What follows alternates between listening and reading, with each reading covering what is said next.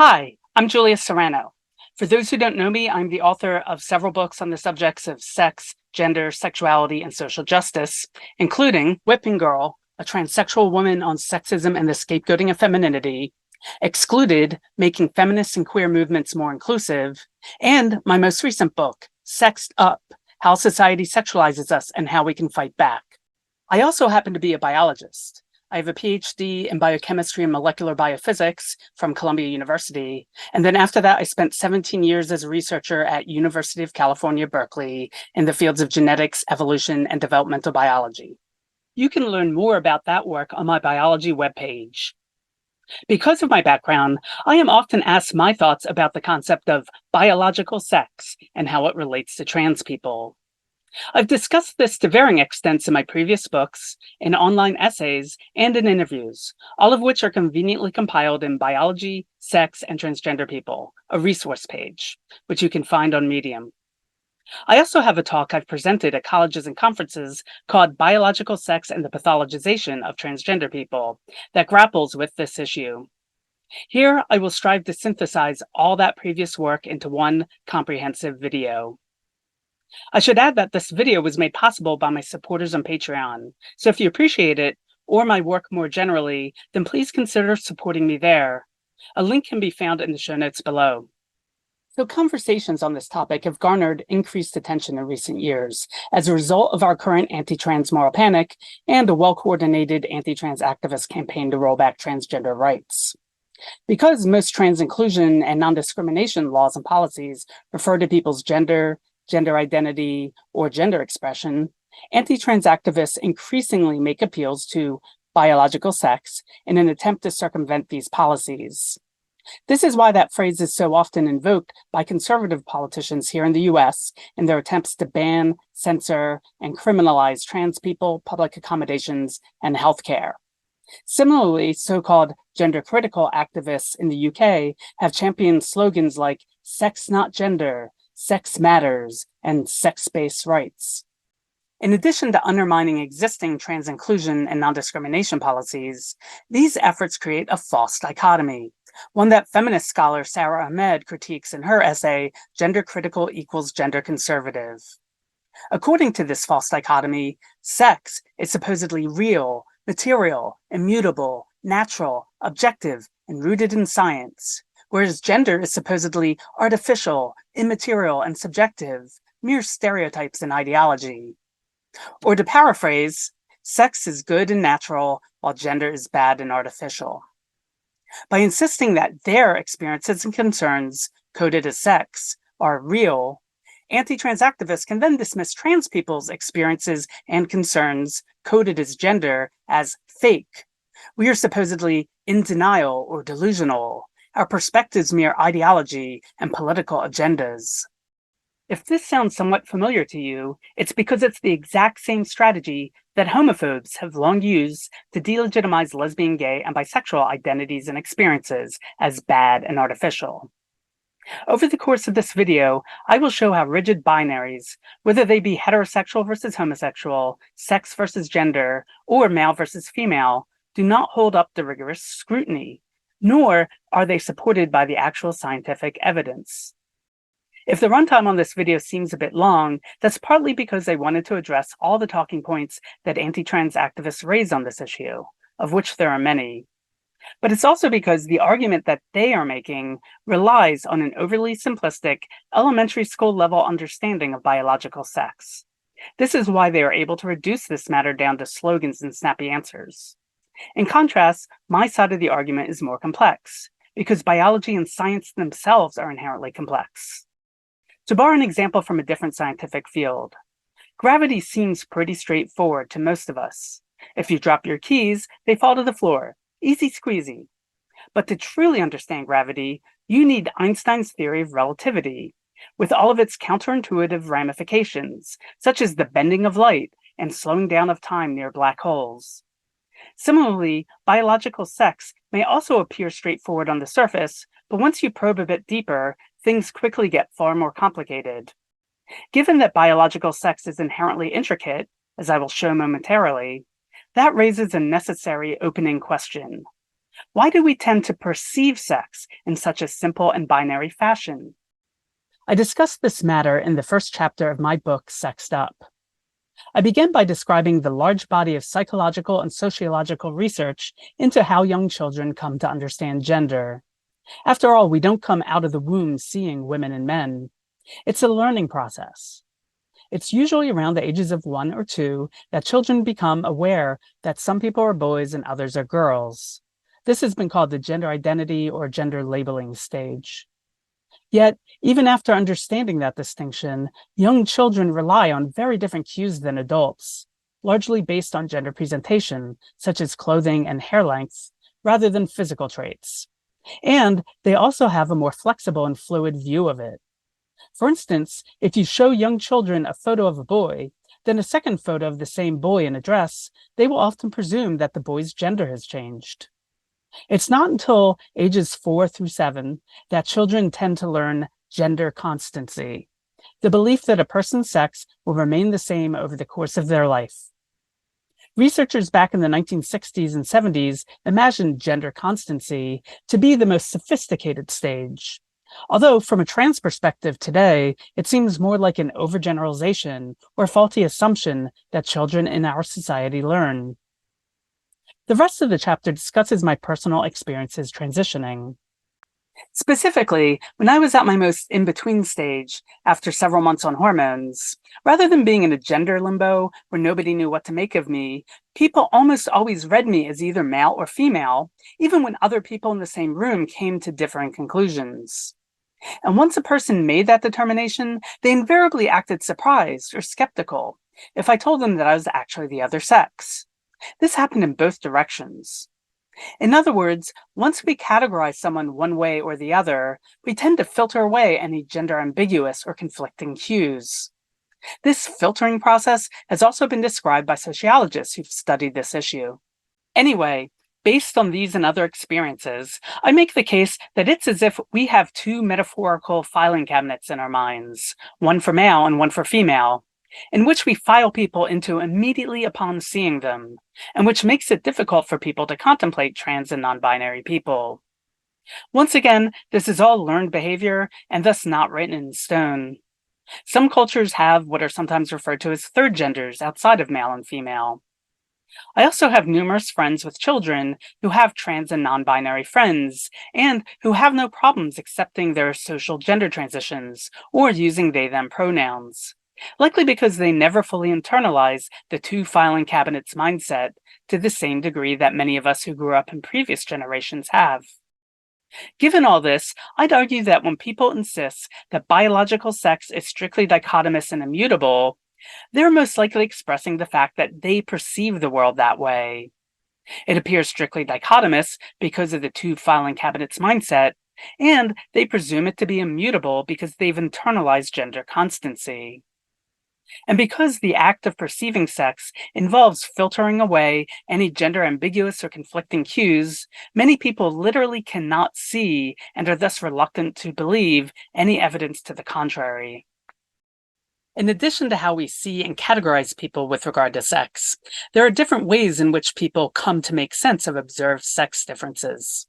The predominant view of sex in our culture is essentialism, the belief that all members of a particular category, especially those categories presumed to be natural in origin, share a particular set of qualities, characteristics, or essence with one another. A common example is a belief that all dogs have an essence, let's call it dogness, that makes them the same as one another and different from all other animals, such as cats, who lack this imagined dogness. While this is a very pervasive psychological phenomenon, especially in young children, essentialism is not biologically accurate, as it ignores the diversity of dogs who vary in all sorts of ways, plus the fact that dogs share common ancestors with wolves, and even cats and humans if you go far enough back evolutionarily. Similarly, many people harbor essentialist views of sex, that men are naturally masculine because of their innate maleness, while women feminine because of their innate femaleness. So where does this essence supposedly come from? Well, some people will invoke God or souls.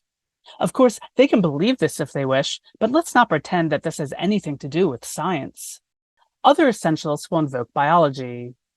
During the early 1900s, when sex hormones were first discovered, some researchers thought that those molecules might be the sex essences that differentiate female from male, until it was later discovered that all people have both estrogens and androgens in their systems, albeit to differing degrees. Nowadays, instead of pointing to hormones, biological essentialists tend to point to DNA, and particularly sex chromosomes, as the imagined place where our sex essences reside. So let's interrogate this. First, if sex essences were harbored in our sex chromosomes, they couldn't be in the X chromosome, since every person has at least one of those. So they must be in the Y chromosome then. But if that's so, wouldn't that suggest that genetic males have a sex essence while genetic females have no essence? Even if this were true, the human Y chromosome is comprised of approximately 60 million base pairs. So which of these base pairs contain the sex essence then? Some of them? All of them? If you search Google Scholar for Y chromosome genetic variation in humans, you'll find a slew of research studies documenting genetic variations in Y chromosomes between individuals and populations. This particular article depicts the phylogeny, or family tree, for common human Y chromosome variants. Does this mean that each variant, represented by different colors here, is a completely distinct male essence then? I'm sure someone out there will say, no, the male sex essence resides entirely in the SRY gene. This is not only a simplistic view of human sex determination, as some XX individuals develop male without the SRY gene, and some XY individuals develop female and may even give birth despite having it, but it also ignores the many variations that exist in the human SRY gene. This is the NCBI page for the SRY gene. And all of these different notations that I've highlighted in red at the bottom of this schematic represent a different documented SRY gene variant. As you can see, there are many of them. Not only is there variation in contemporary humans' SRY genes, but if you look back through evolution, you'll find that the SRY gene is only about 200 million years old. Platypuses don't have an SRY gene. Does that mean that they don't have sex essences then? On the left, highlighted in green, you'll see that many birds, reptiles, and amphibians don't even have X and Y chromosomes. Some of them have ZW sex determination systems, in which males are ZZ while females are ZW. Still, other species don't even have sex chromosomes. They have temperature-dependent sex determination. Some vertebrates are hermaphrodites, having both female and male reproductive systems, and some even change their sex over the course of their lives. So what the hell is going on with their sex essences? Like I said, essentialism is a very compelling psychological phenomenon. Many of us have a strong gut feeling that there must be essential differences between the sexes, or between people of different races or ethnicities, and so forth, but this is all in our heads, as essentialism is fundamentally incompatible with biological complexity and natural variation. Another way to conceptualize observed sex differences, one that is especially common in gender-critical circles, is the sex-gender distinction. The belief that sex, aka the body, is biological and wholly distinct from gender, aka the mind, and consisting of our identities, behaviors, roles, etc., which is presumed to be purely the product of socialization. This view was popular with psychologists in the mid to late 20th century, and also with many feminists during that time, as it suggests that male and female gender roles might eventually change or be eliminated by restructuring society. Today's gender-critical activists continue to promote this view, although truth be told, many vacillate between the sex-gender distinction and essentialism, depending upon whichever best suits the particular anti-trans argument they are trying to make. Later in this video, I will provide definitive evidence that this sex-gender distinction is incorrect. As I argue in Chapter 13 of my book Excluded, both essentialism and the sex-gender distinction suffer from a similar problem, in that they are homogenizing theories. That is, they seem to explain why men turn out to be stereotypically masculine and women stereotypically feminine, But they fail to explain how the many exceptions to this, such as trans and other sexual minorities, arise. So instead, I forwarded a holistic model in which sex, gender, and sexuality arise from countless biological, social, and environmental inputs. For instance, we may have shared biology, but we also exhibit lots of individual biological variation. We may be socialized in similar ways, but we also have highly individualized personal experiences. These factors all come together in an unfathomably complex manner to create the gender and sexual diversity that we see all around us. What follows is my own rendition, although others have forwarded similarly holistic models of sex, gender, and sexuality. I've listed a few examples here. According to this holistic view, biological sex is not simplistic, but rather multifaceted, variable, and somewhat malleable. What do I mean by that? Well, let's start with multifaceted. Rather than being one thing, sex is a collection of sexually dimorphic traits, meaning they occur in two clusters. There are numerous primary sex characteristics, so called because they're present at birth. This includes sex chromosomes and different reproductive organs such as gonads and genitals. Then there's the ratio of sex hormones, estrogens and androgens. As I said, all of us have both types of hormones in our system, albeit in differing amounts. These hormones give rise to so-called secondary sex characteristics that typically arise during puberty. Examples include facial hair in men, breast development in women, differences in height, muscle fat distribution, and so on. While all these traits are sexually dimorphic, each one shows variability and may fall in between or outside of what most people consider to be standard for female or male, as is the case for intersex people. Depending on how you define it, somewhere between 1 and 2% of the population is intersex with regards to one or more of these traits. This image is from a 2017 Scientific American issue on the science of sex and gender, and it illustrates the many different ways in which people can be intersex. Now, simplistic claims about biological sex typically ignore all of this variability, likely because of the binary way biology and genetics are presented in K-12 schooling and in pop science news stories. Specifically, most people seem to think that genes act in a deterministic manner, much like light switches, turning traits either on or off. When in reality, humans have around 25,000 genes, which make proteins that interact with one another in all sorts of complex ways. Here are a few illustrations of this. This figure shows the sex hormone biochemical pathway, with testosterone, an androgen, and estradiol, an estrogen, highlighted in red. As you can see, many proteins, shown in blue, are involved in converting these hormones from one to the other, as well as to other related hormones. One can readily imagine how small differences in the amount or function of any of these proteins may affect the overall outcome to some degree. But it doesn't stop there.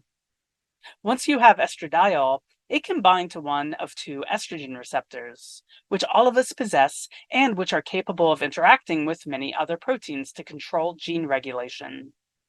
Androgen receptors act in an analogous fashion.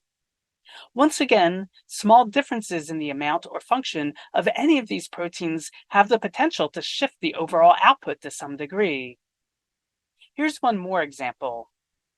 As previously mentioned, people imagine sex determination as a simple process, where if you have a Y chromosome or the SRY gene, you develop male.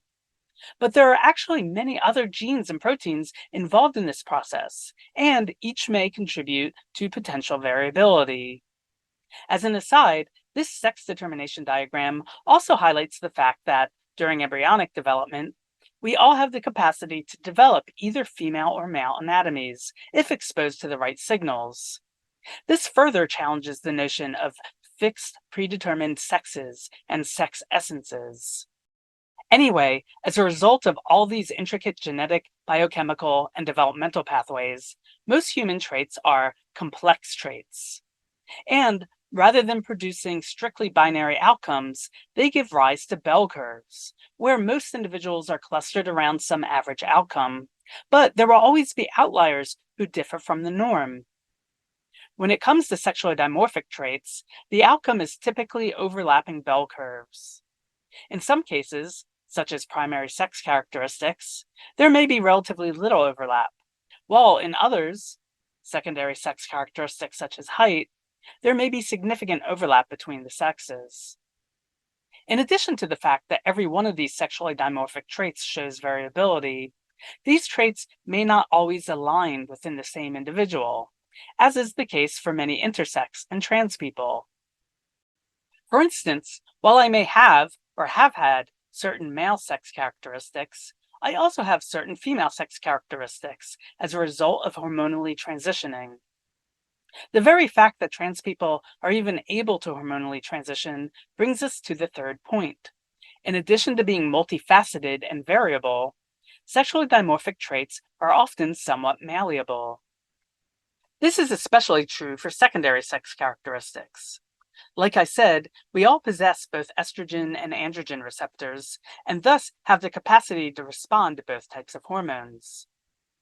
Other sex characteristics may be removed or reconfigured, as often occurs with gender-affirming procedures and surgeries. I should mention that when I first made this slide, I listed chromosomes as unalterable, by which I meant that trans people's DNA sequences don't change during transition. However, a recent study has shown that gender-affirming hormone therapy changes sex-specific DNA methylation patterns, which are known to play an important role in regulating gene expression. So even our DNA is malleable, at least to some degree. Now, an anti-trans activist who harbors essentialist views about biological sex will likely look past DNA methylation or numerous other female sex characteristics I may have, and instead prioritize other, real or imagined, male sex characteristics that I possess, and cite them to insist that I am really a man. Little do they know, when they do this, they are demonstrating the fact that sex is socially constructed. There tends to be a lot of confusion surrounding this phrase, with people misinterpreting the word constructed to mean fake or not real, and thus they assume that sex is socially constructed represents a denial of the existence of biological sex differences. However, this is not what socially constructed means. It simply means that our considerations of biological sex are shaped by society and social norms. For instance, socially speaking, all these sexually dimorphic traits are not typically viewed as having equal weight. If a woman has a hysterectomy, we don't say that she is no longer a woman because she lacks a uterus. So perhaps we should ask, what sex characteristics tend to count the most in our society? Well, at birth, we are assigned a sex based on our genitals. However, in everyday interactions, we rarely, if ever, see other people's genitals, and thus they play little to no role in how we sex other people. When we do see and categorize people in everyday situations, we largely rely on secondary sex characteristics, and, to a lesser extent, gender expression, such as whether one's clothing or mannerisms appear masculine or feminine. This explains why trans people are often able to pass as cisgender women or men after we hormonally transition. As an aside, I'm not a big fan of the term pass for a number of reasons. If you're interested, I have a whole section in my book Whipping Girl explaining why.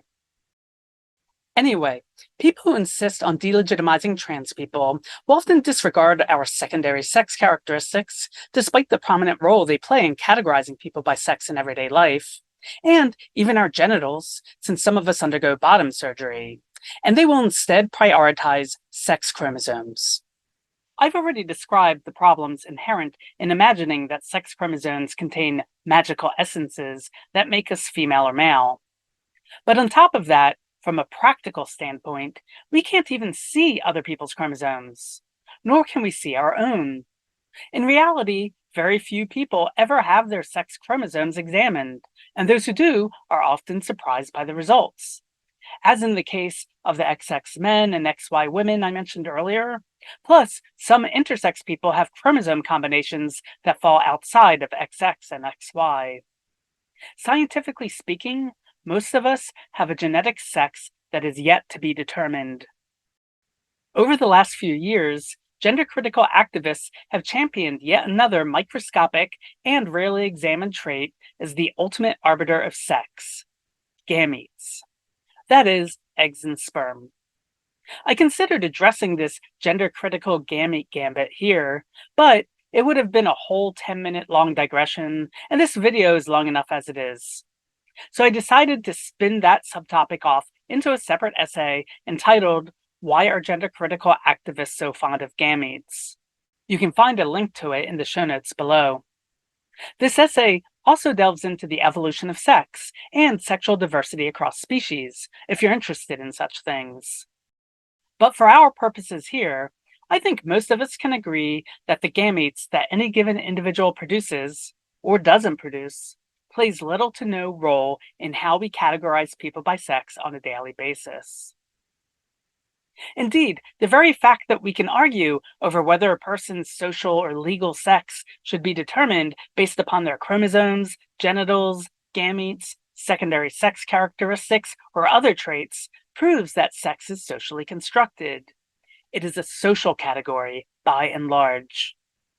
So that's an overview of how biological sex is multifaceted, variable, and malleable, rather than strictly binary. But there is one other aspect of sex that we need to address: brain sex, which I've added a question mark to because it's a controversial issue depending upon your prior beliefs.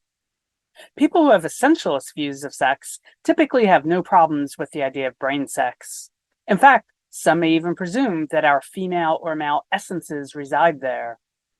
In contrast, those who believe in a strict sex-gender dichotomy often presume that any exhibited differences in gender identity or gender expression must be entirely learned. In fact, during the 1960s through 1980s, an influential psychologist named John Money, who helped champion the sex-gender distinction, pushed for non-consensual surgeries for intersex children born with quote-unquote ambiguous genitals to make them appear physically female, followed by raising the children as girls, under the presumption that they would perfectly adjust to that gender as a result of being socialized that way.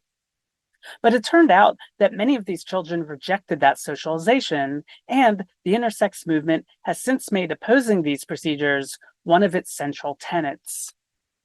The fact that our brains are not entirely blank slates when it comes to sex, gender, and sexuality is even more obvious from instances where non-intersex genetic males were subjected to similar procedures.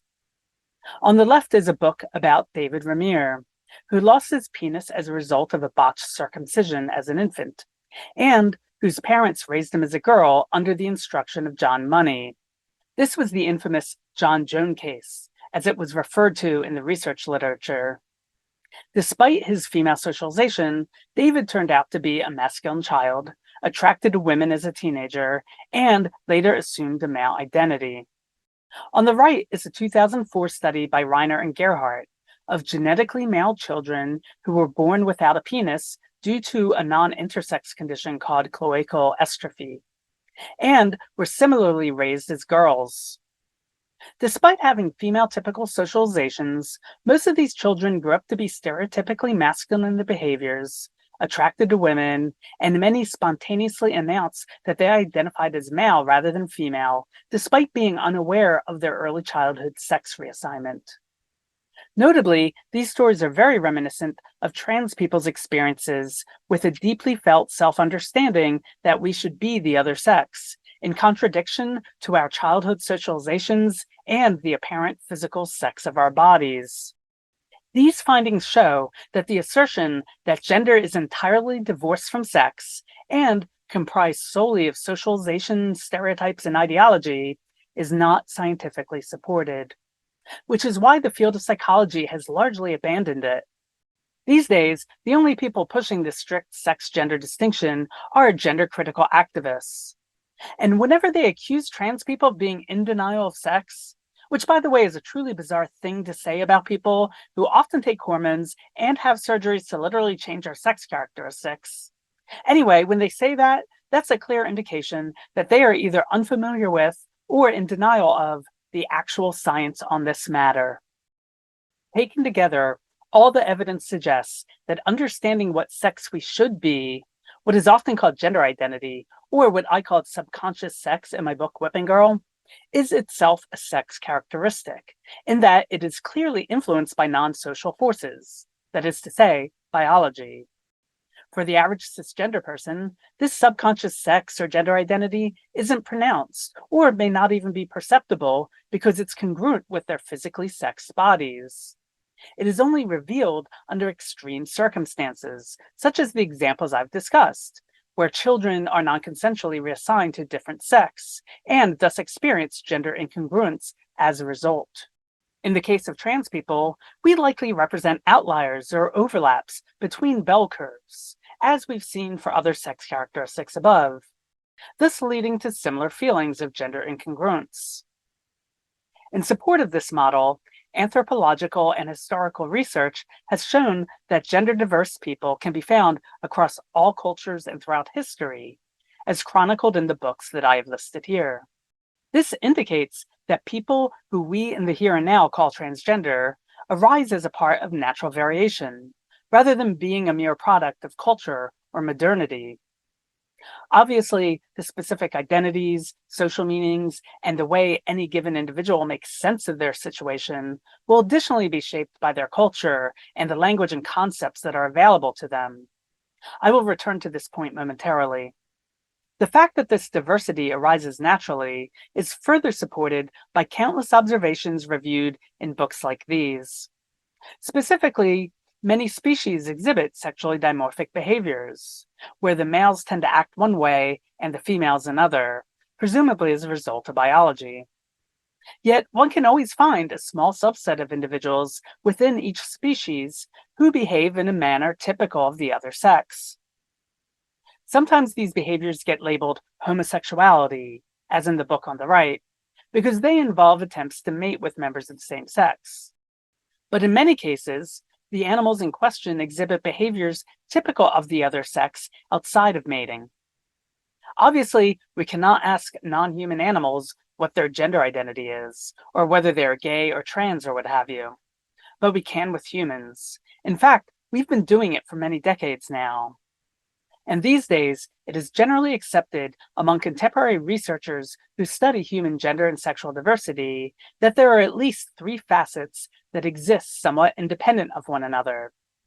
We've already discussed gender identity, an understanding about what sex or gender we are or should be. Gender expression refers to whether a person's behaviors tend to be masculine and/or feminine. And of course, sexual orientation refers to the sex or gender of the people we are sexually attracted to. While these three characteristics are typically aligned in straight people, those of us who are LGBTQIA+ are exceptions in this regard. For us, our gender identities, gender expressions, and our sexual orientations often seem to arise inexplicably, sometimes from an early age, and in apparent contradiction to both our socializations and other sex characteristics. And they are deeply felt and not readily subject to change, which is why conversion therapies have been shown to be both ineffective and unethical. And the fact that these three facets are separable from one another, much like the other sex characteristics listed here, explains why trans people vary in our sexual orientations, and why lesbian, gay, bisexual, and asexual people vary in our gender expressions, such as whether we're butch, femme, or androgynous, and so on. The reason why I chose to highlight this Hidalgo et al. Article here at the bottom, which you can find and read via Google Scholar, is because, in addition to discussing the differences between these three sex characteristics, they address two of the biggest myths regarding them. One myth is that this conceptualization of gender identity, gender expression, and sexual orientation is tantamount to essentialism. Now, it's true that essentialists will sometimes imagine gay people or trans people as women with masculine souls or brains, and vice versa. Sexologists in the late 1800s called this sexual inversion, and the people supposedly affected by it inverts. Along similar lines, there's a long-standing cliche that trans people are women trapped in men's bodies, and vice versa. Although, as I argued in Whipping Girl, While some trans people may use that phrase in an essentialist way, others are simply trying to communicate a complex personal experience in a manner simple enough for the average cisgender person to understand. A more recent phrase that sometimes serves a similar purpose is born this way. As I detail in this article, you can find the link in the show notes below, while some people may use this phrase in an essentialist or biological determinist manner, others use it to simply convey the fact that our gayness or transness or gender nonconformity is intrinsic to us. That is, it arose within us in an unconscious manner, rather than us purposely seeking it out or being persuaded, coerced, or infected by other people. Speaking of infected, in the article, I discussed the long history of straight people imagining that queerness is contagious, including recent claims that trans identities are spreading via social contagion. And I argue that the effectiveness of the Born This Way slogan lies not in essentialism, but in the fact that it reassures straight people that they cannot catch it from us. In addition to communicating this intrinsic aspect, people also use Born This Way to communicate the inexplicable nature of our gender identities, gender expressions, and sexual orientations. We cannot point to any singular cause or factor that led us to turning out this way. And this inexplicability is precisely what we'd expect from a complex trait.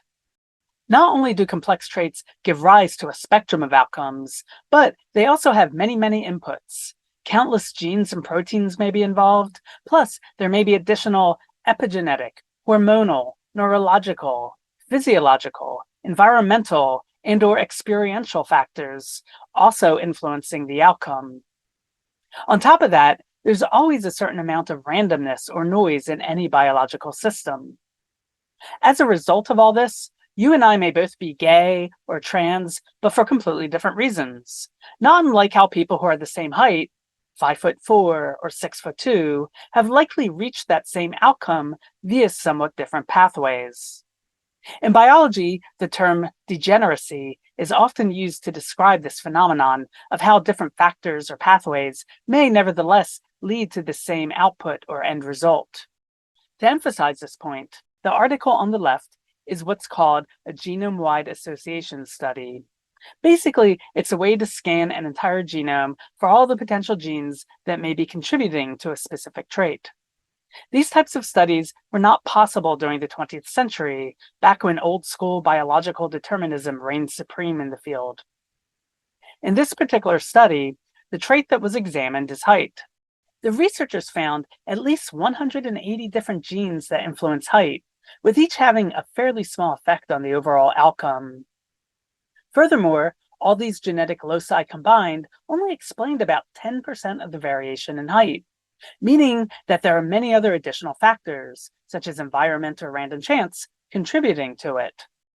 The article on the right is a similar genome-wide association study, but of same-sex attraction. While scientists in the 20th century were on the hunt for the so-called gay gene, this study found that, quote, same-sex behavior, like most complex human traits, is influenced by the small additive effects of very many genetic variants, end quote.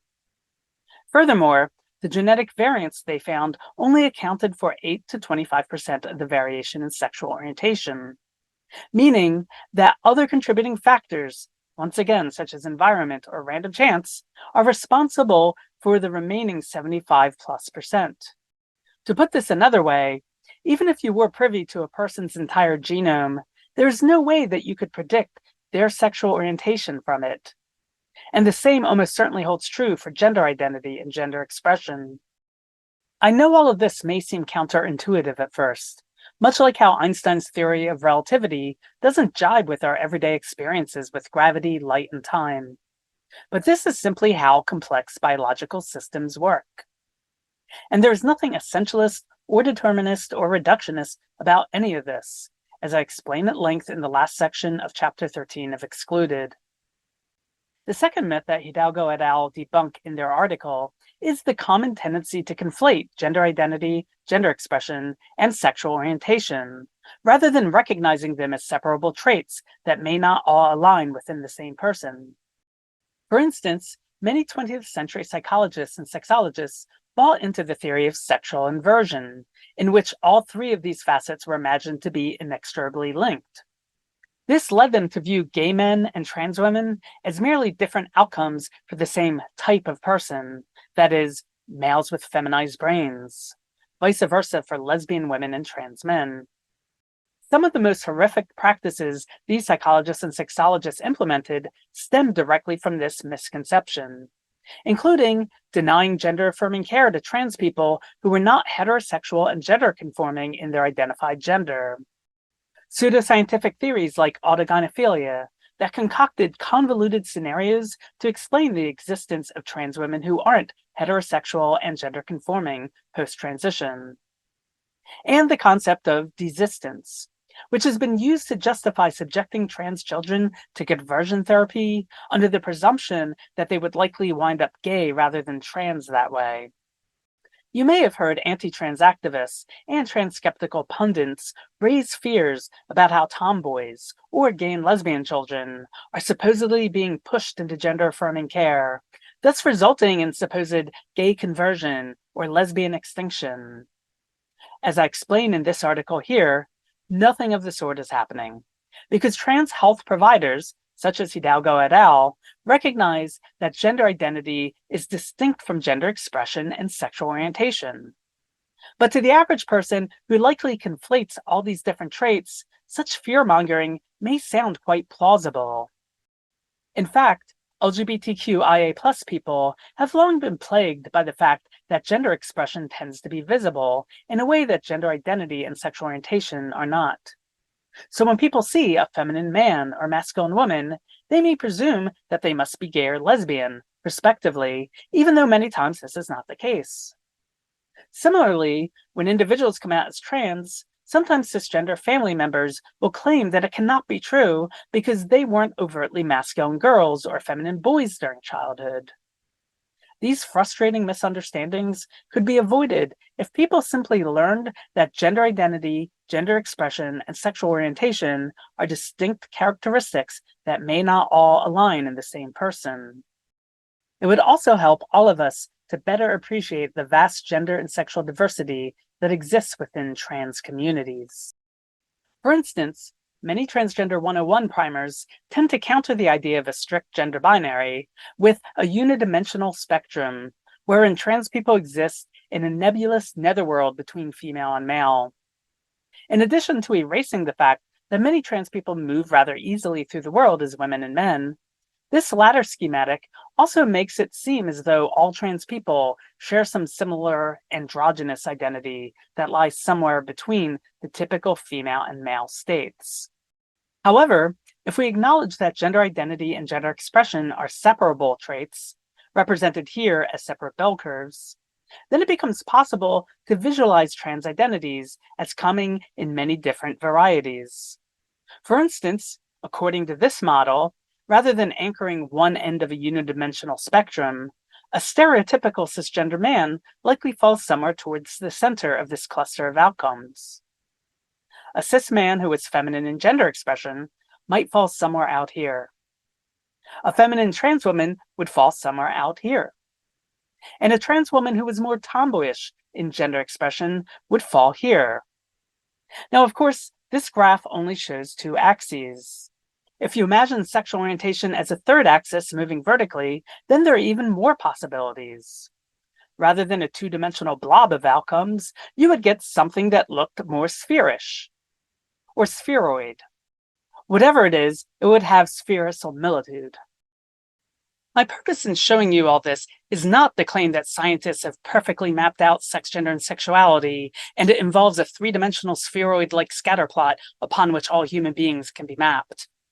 I'm simply trying to illustrate the vast amount of gender and sexual diversity that exists if we simply acknowledge that gender identity, gender expression, and sexual orientation are separable traits, and that, as complex traits, they will each likely yield a spectrum of outcomes rather than discrete classes or categories. This is important, as 20th century psychologists and sexologists invented a series of specious classification schemes to explain trans people. Transsexual versus transvestite, primary versus secondary transsexuals, homosexual versus autogynephilic trans women, and so on. But once we understand how complex traits work, such dichotomies seem utterly silly, as it's impossible to draw a cut-and-dried line divvying up these various possibilities. They differ by degree rather than by kind. Furthermore, sometimes in-community debates will arise between trans people who had a really strong sense of what sex they should be as children, or who experience very intense gender dysphoria, and trans people who did not experience such things, or who maybe still don't have a strong affiliation with any particular sex or gender.